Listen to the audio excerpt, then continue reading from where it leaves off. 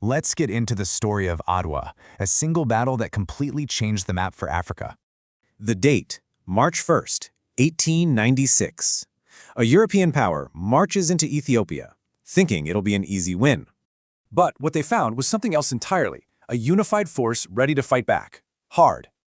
So, this was during the scramble for Africa. Italy wanted its own colonial empire, and Ethiopia was the target. And the whole thing kicked off, not with a bang, but with a piece of paper, a tricky treaty.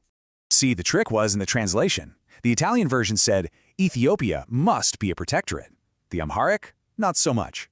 When Emperor Menelik II found out about this deception, he rejected the treaty. At that point, war was inevitable. So Menelik put out the call. He asked every single Ethiopian to rise up and defend their home. And wow, did they answer. People from every region united, creating this incredible unified fighting force. We're talking about a force of 100,000 Ethiopians, all gathered to fight for one thing, their freedom. This all led to the final showdown near the town of Adwa. Now, Italy had the modern gear, but Ethiopia had something better: brilliant strategy and unbreakable unity. And by day's end, the result was clear: a decisive, unbelievable victory for Ethiopia against a colonial power.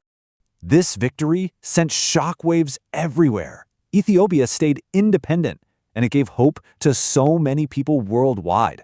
Adwa wasn't just a battle. It became a powerful symbol of resistance for people fighting colonialism everywhere.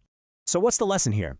It's all about unity, leadership, and the powerful will to be free. And it's a huge reminder, right? Africans aren't just victims of history. They are the makers of it. Which leaves us with one big question for today. Do we still have that same incredible spirit of unity?